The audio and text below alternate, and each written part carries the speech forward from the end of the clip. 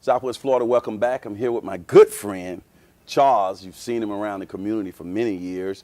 I think he's retired law enforcement now, but he's a pillar in the community. He didn't just retire and go to sleep. He's actually moving around.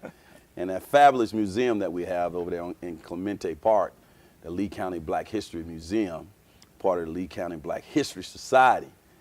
Charles is one of the integral people behind the scenes who's involved in making that museum all the success that it is. Charles, welcome to Lee Pitts Live, man. Thank you, sir.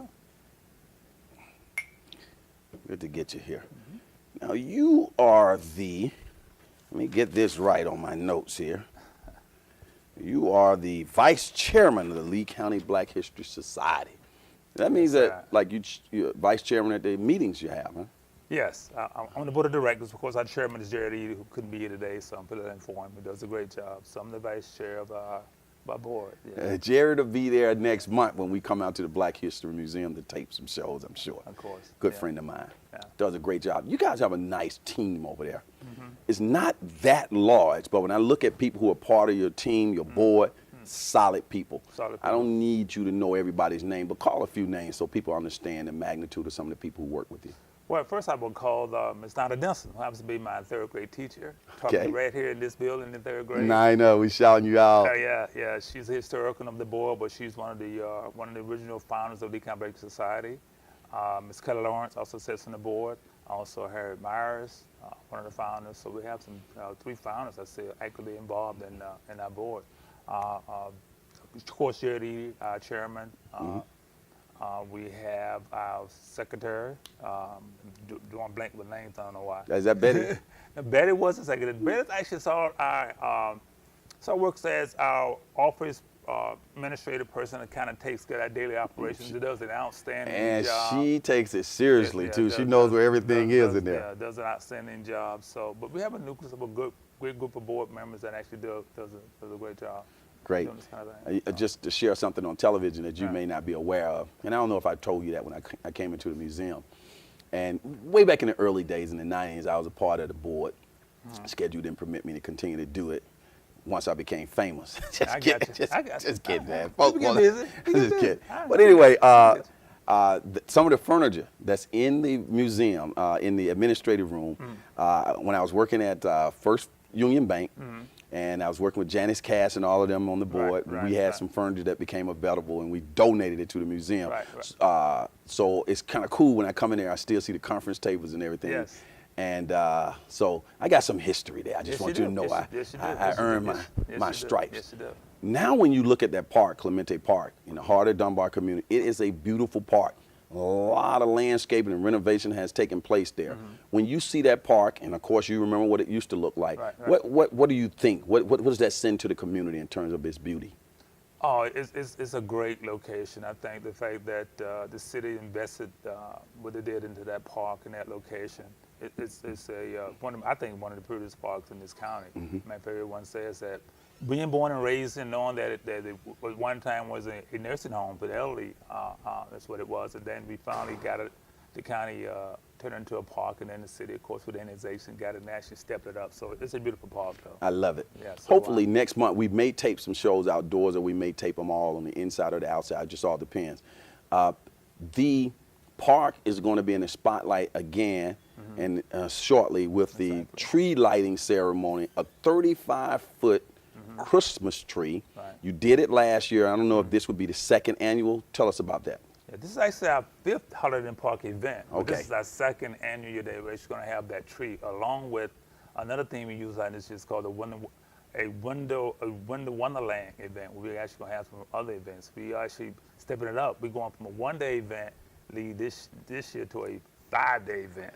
Not only hey, Charles, not only are you stepping it up, we actually got Charles coming on television. That's stepping it up. I'm definitely. Talk about it, Charles. Talk about the event. You got 5 days. We got 5 days. The kickoff's of course the 10th, where we have Soul Santa. When you say the 10th, give the date. The date's December 10th. Okay. December 10th, starting time around 12 to 7, where we actually have entertainment, a stage, free food, of course. Soul Santa comes in on the fire engine truck. We hand out some gifts.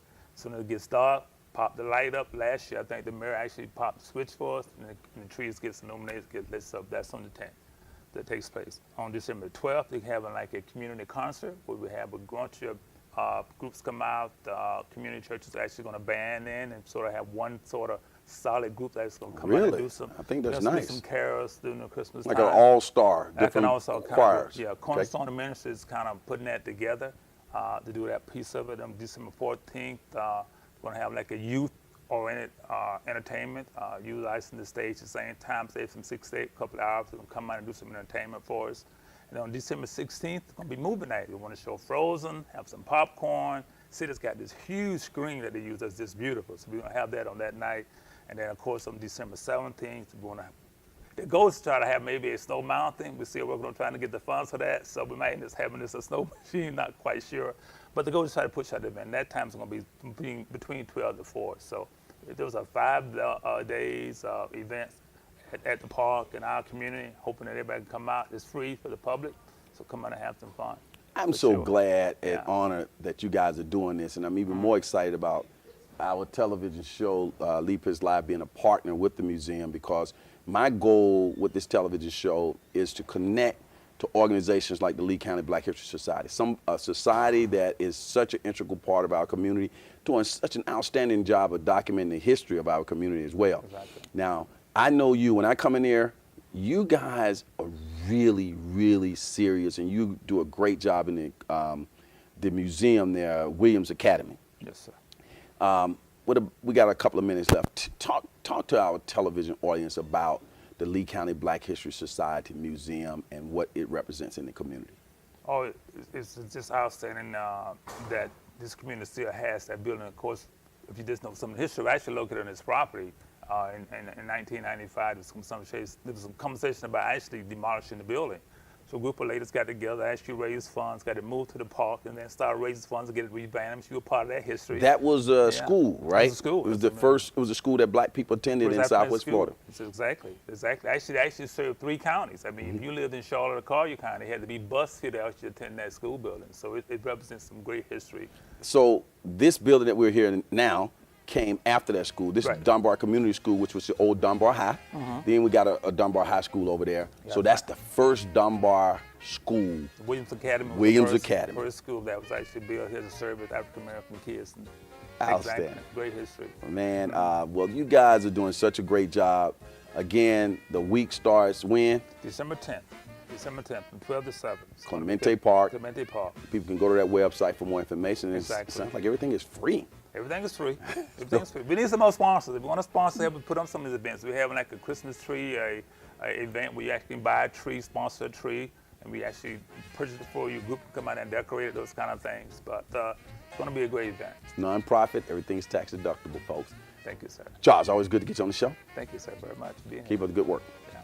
Saying goes on this particular show, for those who say it can't be done, they're usually interrupted by those like Charles and all the fine people at the Lee County Black History Society who are doing it. Be sure to join us next week when we get a chance to talk to some fabulous entrepreneurs who will be here in the studio, Walter and Martin. We'll see you. Lee Pitts Live is a Lee Pitts Enterprise production.